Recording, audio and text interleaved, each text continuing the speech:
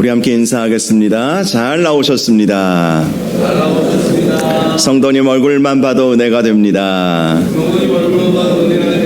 사랑하고 축복합니다. 사랑하고 축복합니다. 북한의 지하교회 성도들이 얼마나 있는지 베일에 가려져 있기에 정확히는 알 수 없지만 이 오차가 좀 큽니다. 적게는 20만 명에서 많게는 50만 명까지 보고 있습니다. 평양 근교의 어떤 공장에서 모이는 지하교회 성도들이 기도회를 하고 있었을 때의 일이라고 합니다. 이들에게는 성경이나 찬송가가 없었기 때문에 쉬는 시간에 335 모여서 종이 쪽지에 성경 구절을 적어서 돌려가면서 읽고 또 입만 뻥긋뻥긋 벌리며 소리는 내지 않고 찬송과 기도를 하면서 예배를 드린다고 합니다. 그런데 어느 날 그렇게 예배를 드리고 있었는데 노동당 반장이 뒤에 와서 그 광경을 지켜본 것입니다. 반장이 말합니다. 동무들 지금 뭐 하고 있는 거요?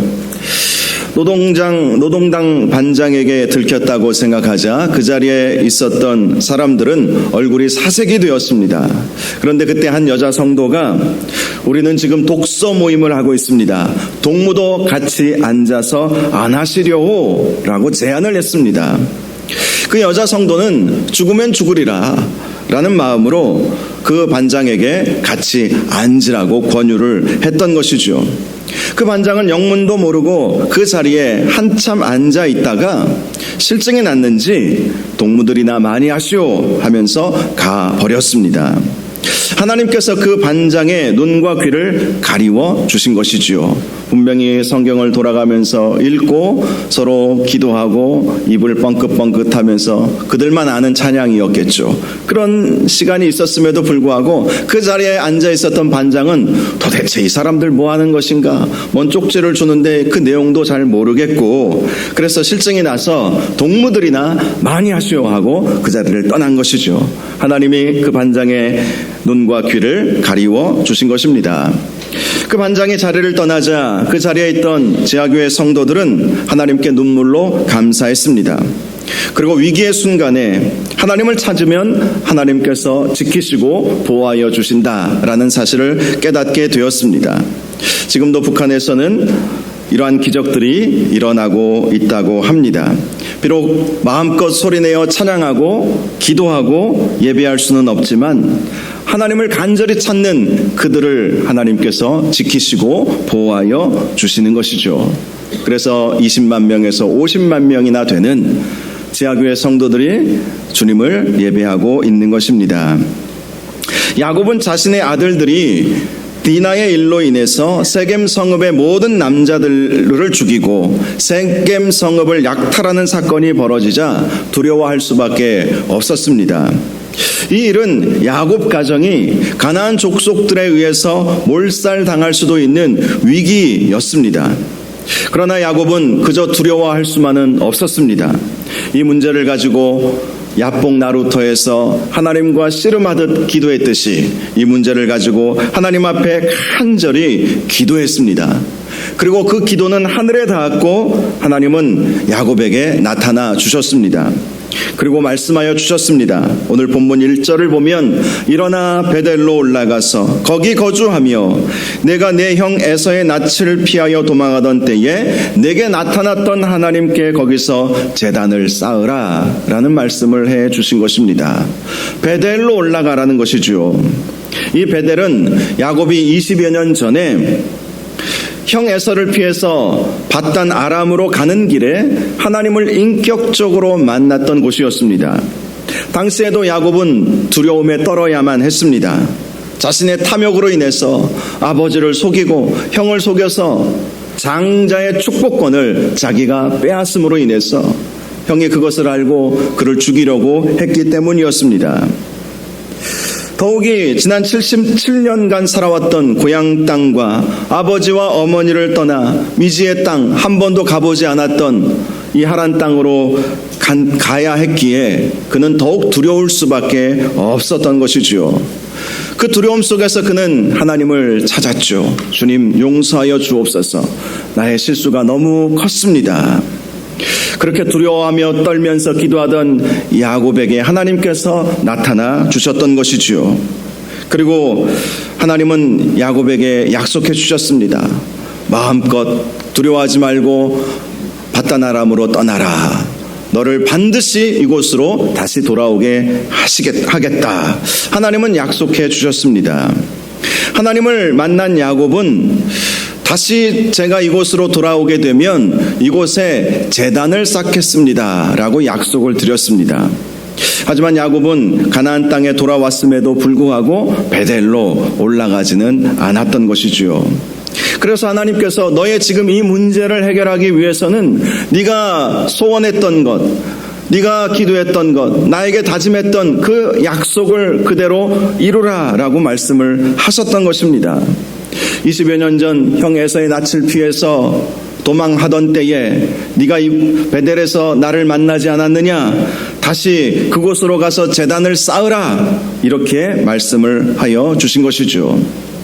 야곱은 하나님의 말씀을 듣고서 세겜에서의 삶을 정리하기 시작했습니다. 이 세겜 땅은 야곱이 가나안 땅에 들어와서 새롭게 정착했던 곳이었습니다. 당시 야곱이 아버지가 있는 헤브론으로 가지 않은 이유는 아버지를 볼 면목이 없었기 때문이었습니다. 당시 야곱의 어머니 리브가는 이미 죽은 상태였습니다. 야곱의 어머니 리브가가 언제 죽었는지는 정확히 알 수는 없지만 적어도 야곱이 가나안 땅으로 들어오기 전에 죽은 것으로 보입니다. 그래서 야곱은 가나안 땅에 돌아왔으면서도 어머니는 돌아가셨죠. 아버지는 볼 면목이 없죠. 그래서 아버지가 살고 있는 헤브론 땅으로 가지 못하고 세겜 땅에 정착하여 살고 있었던 것이지요. 2절과 3절을 보면 야곱은 세겜의 모든 생활을 정리하고 베델로 가기 위해서 자기 집안의 모든 사람들을 다 불러 모았습니다. 당시 야곱과 함께 있었던 자들은 그의 아내인 라헬과 레아, 그리고 두 첩, 그리고 그들에게서 낳은 11명의 아들들, 또 성경에는 딸 디나의 이름만 나와 있지만 여러 명의 딸들도 있었을 것입니다. 더 나아가 야곱에게 속한 수많은 종들도 있었죠. 그들을 다 불러 모은 것입니다. 그리고 그들에게 이렇게 말했습니다. 너희 중에 이방 신상을 버리고 자신을 정결하게 하고 너희들의 의복을 바꾸어 입으라. 우리가 일어나 베델로 올라가자. 내 환난 날에 내게 응답하시며 내가 가는 길에서 나와 함께 하신 하나님께 내가 거기서 제단을 쌓으려 하노라.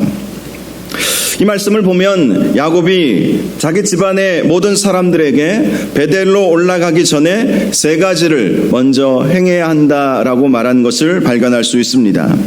첫 번째로 그들의 이방 신상을 버리라라는 것이었습니다. 하나님만을 섬겼던 이 야곱의 가정에 우상 신상, 이방 신상이 있었다는 것이 참 충격적이기도 합니다. 물론 야곱은 우상을 섬기지는 않았습니다. 그러나 그의 자녀들이 우상을 가지고 있었던 것이고 또 그의 종들도 우상을 섬기고 있지 않았을까라는 생각을 하게 됩니다. 실제로 라헬에게는 그의 아버지 라반에게서 훔친 드라빔이 있지 않았습니까? 그 드라빔이라고 하는 것이 가정의 수호신으로 믿어져서 우상처럼 여겨진 것이 바로 이 드라빔이었던 것이죠. 또 세겜성에서 야곱의 아들들이 약탈한 물건 가운데에서도 우상 신상들이 있었을 것입니다. 그 우상 신상들은 대부분 값비싼 것이었죠. 아무 것으로나 만들지는 않았을 것입니다. 아주 값비싼 금은 보석으로 치장하여서 그 우상 신상들을 가지고 있었겠죠. 이거 돈 되겠는데 라고 야곱의 아들들이 그렇게 생각하지 않았겠습니까? 야곱은 지금 위기에 처해지자 우리 안에 있는 모든 우상들을 갖다 버려야 된다라고 그렇게 말한 것입니다. 그래야 하나님께서 우리와 함께 하실 수 있다라는 사실을 강조하면서 그 모든 우상신상들, 아무리 값비싼 것이라 할지라도 그것을 다 버리라, 이렇게 명령을 내렸던 것이지요. 두 번째로 야곱은 베델로 올라가기 전에 자기 집안의 모든 사람들에게 자신을 정결하게 하라라고 명령을 내렸습니다. 자신을 정결하게 하라라는 것은 정결 예식을 치르라라는 것입니다. 모세의 율법에 의하면 이스라엘의 정결 예식은 제물을 불에 태워서 그 재를 물에 넣고 그 물로 목욕을 하도록 하는 의식이었습니다. 야곱은 바로 그렇게 자기 집안의 모든 사람들에게 정결 예식을 치름으로 몸과 마음을 씻어내게 했던 것입니다. 이 정결 예식은 하나님과의 관계를 다시 재설정하는 것과도 같았습니다. 야곱은 자기에게 속한 모든 사람들이 그동안 세겜 땅에 살면서 하나님과의 관계가 멀어졌던 것을 다시 회복해야 한다는 것을 강조한 것입니다. 사실 야곱의 아들들이 세겜 성읍을 학살한 것도 하나님과의 관계가 멀어졌기 때문 아니었겠습니까? 그러니 원수 갚는 일을 하나님께 맡기지 못하고 자기들의 힘으로 원수를 갚으려다가 더 악해져 버리고 말았던 것이죠. 그래서 야곱은 이 문제를 해결하기 위해서는 우리가 다시 한번 하나님 앞에 우리의 몸과 마음을 깨끗하게 해야 한다라는 사실을 강조했던 것이죠. 세 번째, 야곱은 자기 집안의 모든 사람들에게 의복을 바꾸어 입으라라고 명령했습니다. 의복을 바꾸어 입는 것은 과거를 청산하고 새로운 삶을 살기로 결단한다는 의미가 있습니다. 우리나라에서도 설빔이라고 하는 말이 있지 않았습니까? 설날에 새 옷을 입으면서 새로운 각오로 새로운 한 해를 시작하라라는 의미로 설빔을 지어서 입었죠. 마찬가지로 야곱이 의복을 바꾸어 입으라라고 말한 것은 지금까지의 잘못된 삶을 청산하고 새로운 마음과 새로운 각오로 살아가야 한다는 것을 말씀한 것입니다. 이스라엘 백성이 출애굽할 때에도 하나님께서 이스라엘 백성에게 명령하신 것 중에 하나가 너희들의 의복을 바꾸어 입으라라는 것이었습니다. 애굽에서의 삶을 청산하고 이제 가나안 땅으로 가기 위해서는 너희들의 옷부터 바꾸어 입어야 한다는 것이죠. 사실 사람들이 어떤 옷을 입느냐에 따라서 이 몸가짐이 다르지 않습니까? 새 옷을 입으라는 거예요. 이전에 입지 않았던 다른 옷을 갈아입으라는 것입니다. 사도 바울은 우리가 예수님을 믿는 것에 대해서 그리스도로 옷을 갈아입는 것으로 설명을 하기도 했습니다. 이전에 입었던 옷을 벗어버리고 그리스도로 새롭게 옷을 입어야 한다라는 것이지요. 야곱은 그렇게 자신에게 속한 모든 사람들에게 옷을 바꾸어 입게 함으로 이전의 삶을 회개하고 새로운 마음과 결단으로 베델로 올라가자라고 말해 주었던 것이죠. 야곱이 이러한 명령을 내리자 야곱 집안의 모든 사람들은 자기 손에 있는 모든 이방 신상들과 자기 귀에 있는 귀걸이들을 다 야곱에게 주었습니다. 그리고 야곱은 그것이 아무리 값비싼 것이라 할지라도 다 상수리 나무 아래에 묻었습니다. 제가 설교 준비하면서 이곳이 어딘지만 알 수 있다면 큰 돈을 벌 수 있을 텐데 이런 생각도 잠시 해보았죠. 여러분, 아무리 값비싼 것이라 할지라도 이 이방 신상이 우리 집안에 있어서는 안 된다는 것이죠. 그래서 그것을 다 버리고 땅에 그냥 묻어버린 것입니다. 특별히 귀걸이는 장신구를 의미하는 것이 아니라 일종의 부적과 같은 것을 의미하는 것이었습니다. 고대 기록에 의하면 당시 사람들은 그러한 귀걸이를 착용함으로 악귀를 몰아내고 행운을 소원했다고 합니다. 물론 이러한 풍습은 이방인들의 풍습이었죠. 아마도 가나안 사람들의 풍습이지 않았을까 싶습니다. 야곱의 가정에 속한 모든 사람들이 가나안 땅에 정착하여 살면서 가만히 보니까 그 가나안 족속 이방인들이 귀에 뭔가를 걸고 다니거든요. 굉장히 예뻐 보이고 멋있어 보이고 그래서 그것을 찾던 것 같습니다.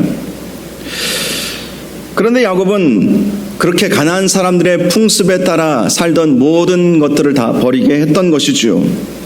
로마서 12장 2절을 보면 너희는 이 세대를 본받지 말고 오직 마음을 새롭게 함으로 변화를 받아 하나님의 선하시고 기뻐하시고 온전하신 뜻이 무엇인지 분별하도록 하라 라고 말씀을 했습니다.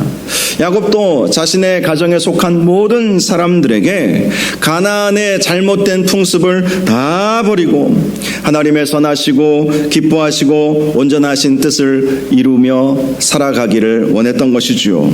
그리고 야곱에게 속한 모든 사람들은 그의 아들들과 딸들과 또 그의 모든 종들은 야곱의 말에 순종해서 집안에 있던 모든 장막 안이었겠죠. 장막 안에 있던 모든 값비싼 우상들 그리고 귀걸이들을 다 야곱에게 주어서 야곱은 그것을 아무런 미련 없이 다 땅에 묻어버리고 길을 떠나게 되었던 것입니다. 야곱이 이렇게 길을 떠나자 5절을 보면 이렇게 말씀합니다. 그들이 떠났으나 하나님이 그 사면 고울들로 크게 두려워하게 하셨으므로 야곱의 아들들을 추격하는 자가 없었더라. 아직 야곱은 베델로 올라가서 제단을 쌓은 것은 아니었습니다. 그러나 야곱이 자신의 가정의 모든 우상들을 단절하고 새로운 마음과 새로운 결단으로 떠나가자 하나님은 이방 족속들의 마음을 두렵게 해주셨던 것입니다. 가나안 족속들은 이 야곱의 아들들이 세겜 성읍에 행한 일들에 대해서 다 알고 있었습니다. 그래서 벼르고 있었죠. 우리가 함께 연합하여 저 야곱 가문을 몰살하자. 그렇게 그들은 생각했을 것입니다. 그런데 야곱이 베델로 올라가기로 결단하자 그리고 모든 우상을 버리고 의복을 새로 갈아입고 새로운 마음과 정결 예식을 통해서 새로운 몸으로 하나님 앞에 나아가기로 결단하자 하나님께서는 그 가나안 족속들의 마음에 두려움을 심어 주었던 것이죠. 그래서 야곱의 가정이 세겜을 떠나서 베델로 가는 길에 그 아무도 추격하는 자가 없었다라고 말씀을 하고 있습니다. 여러분, 결단만 해도 하나님께서 우리에게 베풀어 주시는 은혜가 있음을 믿으시기를 바랍니다. 하나님을 위해 살겠습니다. 하나님을 위해 헌신하겠습니다. 하나님만 바라보겠습니다. 그렇게 우리가 마음의 결단을 하면 하나님께서 반드시 우리를 지키시고 보호하여 주실 것입니다. 6절을 보면 이제 야곱의 가정은 무사히 세겜을 떠나서 루스 곧 베델에 이르게 되었습니다. 루스라는 이 이름은 베델의 옛 이름입니다. 본래는 루스라는 지명을 가지고 있었는데 야곱이 이곳에서 하나님을 만나고 이곳의 이름을 베델이라고 지었습니다. 베델이라는 의미의 뜻은 하나님의 집이라는 의미를 가지고 있죠. 본래 지명은 루스였는데 야곱이 새롭게 이름을 붙인 곳이 베델이었던 것이죠. 야곱은 베델에 도착하자마자 제단을 쌓았습니다. 제단을 쌓았다는 것은 하나님께 제사를 드리고 하나님께 예배를 올려드렸다라는 것이죠. 그리고 그 제단의 이름을 엘베델이라고 지었습니다. 엘베델이라는 뜻은 베델의 전능자 하나님이라는 뜻을 가지고 있습니다. 이 엘이라고 하는 이 단어가 하나님을 의미하거든요. 그래서 엘베델 하면 베델의 하나님, 특별히 이 전능자 하나님이라는 뜻을 가지고 있죠. 이 엘이라고 하는 이 단어 자체가 하나님을 말하는데 그 하나님을 전능자 하나님으로 표현할 때 엘이라는 말을 쓰죠. 엘로힘이라고 하는 이 단어도 이 어원에서 나오게 된 것입니다. 야곱은 20여 년 전 이 베델에서 하나님을 만남으로 그의 삶에 소망이 찾아왔었는데 다시 20여 년 만에 그가 약속했던 대로 이 베델에 올라가서 하나님께 제단을 쌓음으로 우리 하나님은 전능자 하나님이심을 고백하게 되었던 것입니다. 전능하신 하나님께서 지금까지의 삶을 지켜주셨고 또 지금 바로 이전에 있었던 큰 위기의 순간에도 전능하신 하나님께서 지켜주심을 감사하며 하나님 앞에 예배를 올려드렸던 것이지요. 8절을 보면 리브가의 유모 드보라가 죽은 사건에 대해 말씀해 주고 있죠. 리브가는 야곱의 어머니이지 않습니까? 이미 돌아가신 야곱의 어머니. 리브가의 유모인 드보라가 어떻게 야곱과 함께 살게 되었는지는 알 수 없지만 아마도 이 야곱이 바단 아람에 거하고 있었을 때에 이 유모 드보라가 어머니의 죽음을 알려주기 위해서 찾아온 것으로 보입니다. 야곱은 그 드보라가 죽자 베델 아래에 있는 상수리 나무 밑에 장사를 했습니다. 그리고 그 나무의 이름을 알론바굿이라고 불렀다고 말씀합니다. 알론바굿은 눈물의 상수리 나무라는 의미를 가지고 있습니다. 즉 자기에게 있어서 이 드보라는 할머니와 같은 존재이지 않았겠습니까? 어머니를 키워준 드보라. 그러므로 자기에게 있어서는 친할머니는 아니지만 할머니와 같은, 어린 시절부터 그 할머니의 말을 따르고 또 먼 길을 찾아와서 어머니의 죽음의 소식을 알려준 여인. 그러니 이 드보라가 죽으니까 마음에 슬픔이 가득 찼던 것이죠. 어머니 생각도 나고 또 이 드보라가 자신을 어렸을 때부터 키워주고 기도해 주었던 이 모든 것들이 생각이 나니까 그를 위해서 슬피 울면서 알론바굿, 눈물의 상수리 나무라는 이름을 지어 주었던 것입니다. 9절 이하의 말씀을 보면 야곱이 베델에서 제단을 쌓자 하나님께서 다시 야곱에게 나타나 주셨음을 말씀하고 있습니다. 하나님은 야곱에게 복을 주시고 이렇게 말씀하셨습니다. 내 이름이 야곱이지만은 내 이름을 다시는 야곱이라 부르지 않겠고 이스라엘이 내 이름이 되리라. 그리고 하나님은 야곱을 향해서 이스라엘아 라고 불러주셨습니다. 이 이스라엘이라고 하는 이 이름은 가나안 땅으로 오기 바로 직전 야복 나루에서 하나님께서 야곱에게 이미 불러주신 이름이었습니다. 그 이름을 생각나게 하여 주셨던 것이죠. 이스라엘이라는 이 단어의 뜻은 하나님과 겨루어 이긴 자라는 의미를 가지고 있습니다. 즉 하나님께서 다시 한번 야곱에게 너는 이스라엘이야, 나와 겨루어 이긴 자야, 이렇게 말씀해 주셨다는 것이죠. 이렇게 하나님께서 다시 한번 야곱에게 너는 이스라엘이야 라고 말하게 된 것은 네가 어떻게 해서 그 이름을 얻게 되었는지를 생각해 보라는 것이었습니다. 간절히 위기의 순간에 하나님을 찾자 하나님께서 그와 씨름하여 주었고 그는 씨름하듯이 간절히 하나님 앞에 기도함으로 응답을 얻어냈지 않았습니까? 그러므로 하나님께서 네가 그때 이스라엘이라고 하는 그 이름을 얻었으므로 너의 평생에 네가 항상 잊지 말아야 할 것은 그 어떠한 위기의 순간에라도 포기하지 말고 절망하지 말고 나와 씨름하자라는 것이죠. 나와 씨름해서 간절히 내게 기도하라는 것입니다. 위기를 이겨내는 방법은 기도밖에 없다. 기도밖에 없다.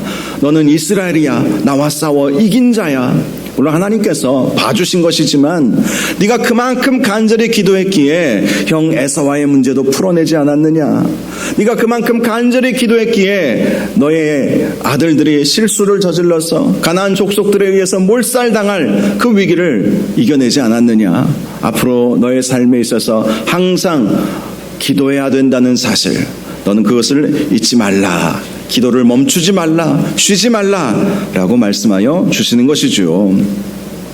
11절과 12절을 보면 하나님은 야곱이 이스라엘이라는 사실을 잊지 않고 늘 하나님께 기도하고 하나님만 바라보며 섬기게 살 때에 어떤 복을 받게 될 것인지에 대해 말씀해 주셨습니다. 나는 전능한 하나님이라. 생육하며 번성하라. 한 백성과 백성들의 총회가 내게서 나오고 왕들이 내 허리에서 나오리라. 내가 아브람과 이삭에게 준 땅을 내게 주고 내가 내 후손에게도 그 땅을 주리라 라고 축복을 약속해 주신 것입니다. 이 축복은 세 가지로 정리해 볼 수가 있습니다. 먼저 전능하신 하나님께서 함께해 주심으로 생육하고 번성하게 될 것이라는 약속입니다. 이 말씀은 20여 년 전 베델에서 하나님께서 해주신 약속의 말씀이기도 했습니다. 20여 년 전 하나님은 베델에서 야곱에게 이렇게 말씀하여 주셨습니다. 내 자손이 땅에 티끌같이 되어 내가 서쪽과 동쪽과 북쪽과 남쪽으로 퍼져 나갈지며 땅의 모든 족속이 너와 내 자손으로 말미암아 복을 받으리라.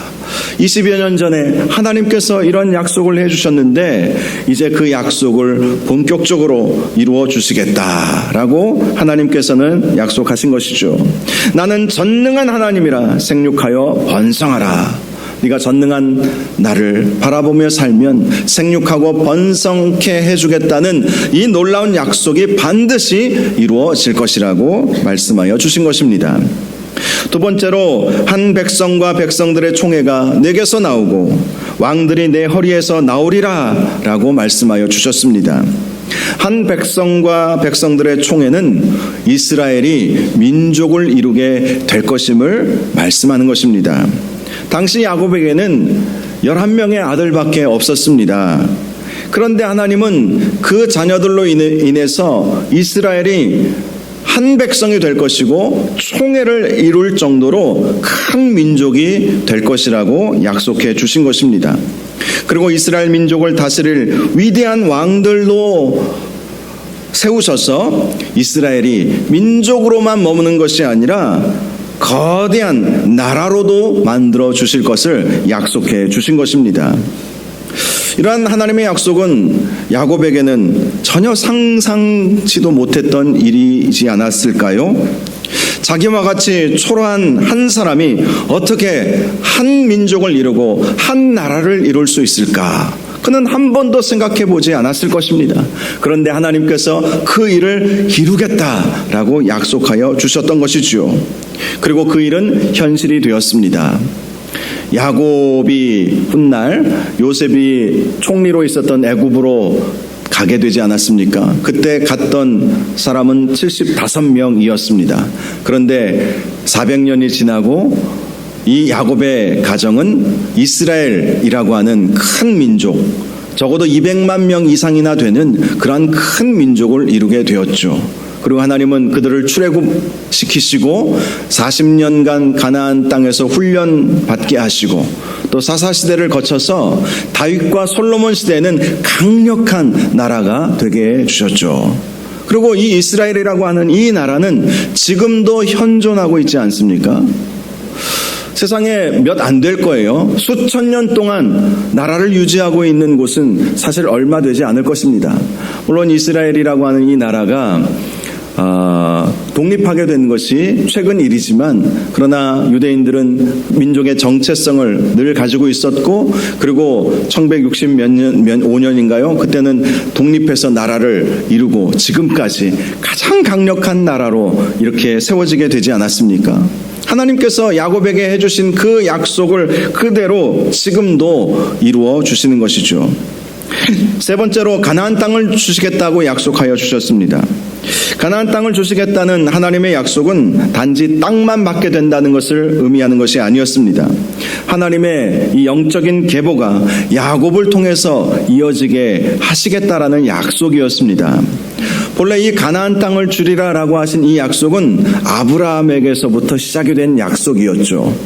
갈대아 우르에서 살아가고 있었던 아브라함에게 하나님이 나타나셔서 내가 너에게 가나안 땅을 주겠다라고 약속해 주셨죠. 그리고 그 약속은 이삭에게로 이어졌습니다.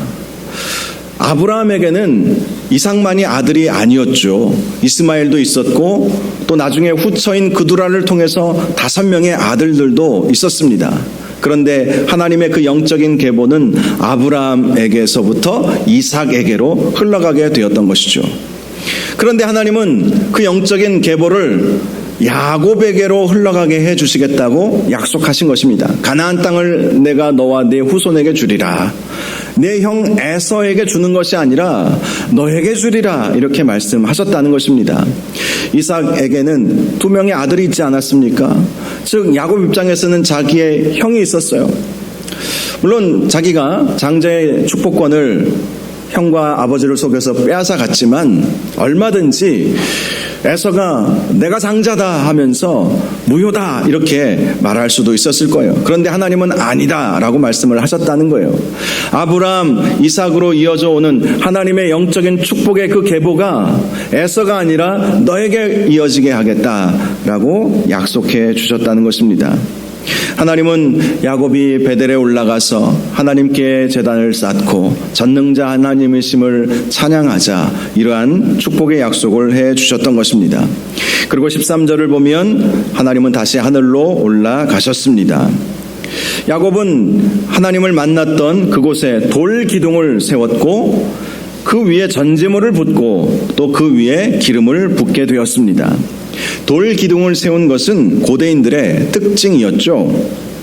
한반도에 널리 퍼져 있는 고인돌을 생각해 보시면 여러분 충분히 짐작하실 것입니다. 고대인들은 돌 기둥을 세워서 이 무거운 돌 기둥들을 세워서 어떤 표시를 삼고자 했던 것이죠. 야곱이 베델에 돌 기둥을 세운 것은 이 하나님의 축복의 약속의 이 말씀을 기억하기 위해서였죠. 그런데 사실 이 베델에 이미 20여 년 전에 야곱은 돌기둥을 세웠습니다. 이미 세운 돌기둥이 있었던 것이죠. 그런데 야곱은 또다시 돌기둥을 세운 것입니다. 왜 다시 돌기둥을 세웠겠습니까? 그것은 자기 아들들 보도록 하기 위해서였죠. 20여 년 전 하나님과 나와의 이 관계 속에서 하나님께서 나에게 축복의 약속을 해주심으로 그것을 기념하여 돌기둥을 세웠는데 이제 그 하나님이 나만의 하나님이 아니라 너희들의 하나님이 되기를 원하는 마음으로 그 하나님의 약속의 말씀을 너희들도 기억하면서 살아라, 이런 의미로 돌기둥을 자식들 보는 앞에서 다시 세우게 되었던 것입니다. 야곱은 자신의 위기 때마다 나타나셔서 도와주셨던 하나님이 자기의 자식들에게도 그들의 인생 가운데 나타나시고 그들을 지켜주시고 보호하여 주시기를 원했던 것입니다. 그리고 15절을 보면 야곱은 다시 한번 그곳의 이름을 베델이라고 부르게 되었습니다. 베델의 뜻은 하나님의 집이라는 뜻이지요. 야곱이 다시 한번 그곳의 이름을 베델이라고 부른 이유도 자기 아들들로 듣게 하기 위해서였습니다. 위기의 때마다 하나님의 집을 생각하라 라는 것이지요. 그리고 가는 곳곳마다 하나님의 집을 세우라 라는 것이었습니다. 그래야 살 길이 열리고 인생의 소망이 열리게 된다는 것을 알려주기 위해서 다시 한번 아들들이 보는 곳에서 이곳은 베델이다, 이곳은 하나님의 집이다, 너희들의 인생 가운데 하나님을 찾고 하나님의 집을 사모하고 하나님의 집을 세워나가야 한다. 하나님이 참된 안식처이시며 참 평안을 주시는 분이심을 너희들 한사코 잊지 말아라. 지금 이 모든 문제에 발단은 아들들이 이 마음이 악해져서 지금 세겜 성읍을 약탈함으로 이 모든 일들이, 이 모든 위기가 시작되지 않았습니까? 그래서 야곱은 아들들을 깨우치도록 하기 위해서 돌기둥을 가져다가 아마 아들들에게 주변에 있는 돌들, 가장 큰 돌을 끌고 와라. 한 돌 하나가 몇백 톤이 된다고 하잖아요. 그러니까 11명의 아들들이 그것을 끌고 오려면 얼마나 힘들었겠습니까? 얼마나 노력해야 됐겠습니까? 그것을 땀 흘려서 끌고 와서 세우라는 것이죠. 그리고 하나님의 약속의 말씀을 기억하라는 거예요. 하나님은 이 가나안 땅을 나와 너희들에게 주시겠다고 약속하셨으니까 그 하나님의 약속의 말씀을 너희들 기억하면서 살라는 거예요. 그리고 이곳을 베델이다 라고 아들들에게 말함으로 하나님의 집을 항상 생각하면서 살아야 한다라는 것을 교훈해 주었던 것입니다. 하나님의 집, 저는 우리 교회가 하나님의 집 베델이 되기를 원합니다. 야곱이 올라갔던 베델은 오늘날 우리가 섬기고 있는 교회를 의미한다고 할 수 있습니다. 저는 우리 교회가 삶의 위기 때마다 하나님께 나와 예배드리는 성도들이 하나님의 도우심을 경험하는 은혜가 있기를 원합니다. 교회 안에서 참된 안식과 깊은 평안을 누리며 교회를 통해서 우리의 비전이 이루어지고 삶의 목적이 분명해지며 사탄의 공격과 시험을 이겨나가고 승리하는 삶을 살 수 있게 되기를 원합니다. 베델, 여러분의 베델은 우리 교회인 줄로 믿습니다. 힘들고 어려울 때에 여러분 야곱이 베델로 올라가자 했던 이 말을 꼭 기억하시고 힘들고 어려운 일이 있으면 교회에 나와서 눈물로 기도하시기 바랍니다. 이곳에 참된 하나님의 은혜와 평안이 있는 거예요. 우리 성도들의 기도가 수십 년간 쌓여 있는 곳이 바로 이곳입니다. 이곳이 우리의 베델이죠. 이곳에서 하나님의 은혜를 우리는 경험할 수 있게 될 것입니다. 이곳에서 하나님의 참된 평안함을 경험할 수 있게 될 것입니다. 저와 여러분의 베델, 우리 교회가 될 수 있도록 늘 기도하시고 힘들고 어려울 때마다 하나님 생각하고 하나님 앞에 나아가 기도할 수 있기를 바랍니다. 우리가 베델로 올라가면 하나님께서는 반드시 우리에게 은혜를 베풀어 주실 것입니다. 그러한 놀라운 은혜가 우리 교회를 통해서 여러분의 삶 가운데 온전히 이루어질 수 있기를 주님의 이름으로 축원합니다. 이 시간 우리 함께 찬양하기를 원합니다. 주 품에 품으소서, 능력의 팔로 덮으소서. 우리가 주님 앞에 나아가면 우리 주님은 우리를 품어주시고 주님의 그 능력의 팔로 우리를 덮어주실 것입니다. 우리 함께 말씀 생각하면서 이 찬양 올려드리고 함께 기도하는 시간을 갖겠습니다.